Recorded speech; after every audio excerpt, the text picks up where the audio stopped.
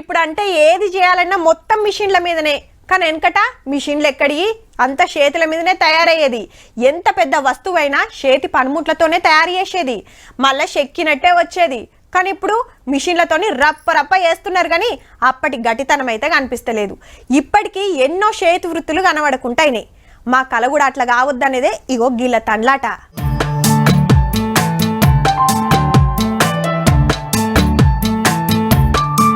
కాక బుట్టలు అల్లుతుండేమో అనుకునేరు, మాస్కులు తయారు చేస్తుండు.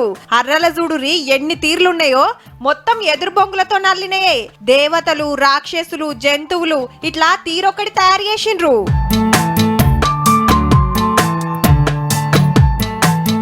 అస్సాంలా ఈ కుటుంబం తయారు చేస్తుంది.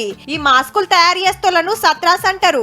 మొదలు బుట్టల లెక్కనే అల్లి అటెన్క కావలసిన ఆకారంలకు మారుస్తారు. మట్టి పూసి ఎండబెట్టినాక రంగదుతే గిట్ల తయారైతాయి. పండుగలు పబ్బాలకు నాటకాలు వేసేటోళ్ళు ఈ మాస్కులతోటి ఏషాలు కడుతుంటారు.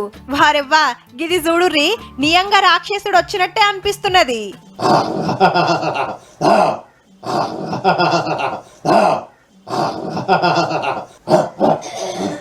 ఇక ఇప్పుడు అంజన్న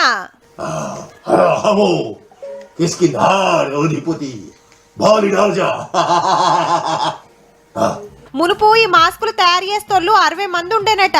పనులు లేక అందరు ఇంకో ఊర్లోకి వెళ్ళిపోతే ఓ 20 మంది మిగిలిండ్రు. కొత్తగా ఈ కళను నేర్చుకోవాలని కాయుషున్నోళ్లకు నేర్పిస్తున్నారు.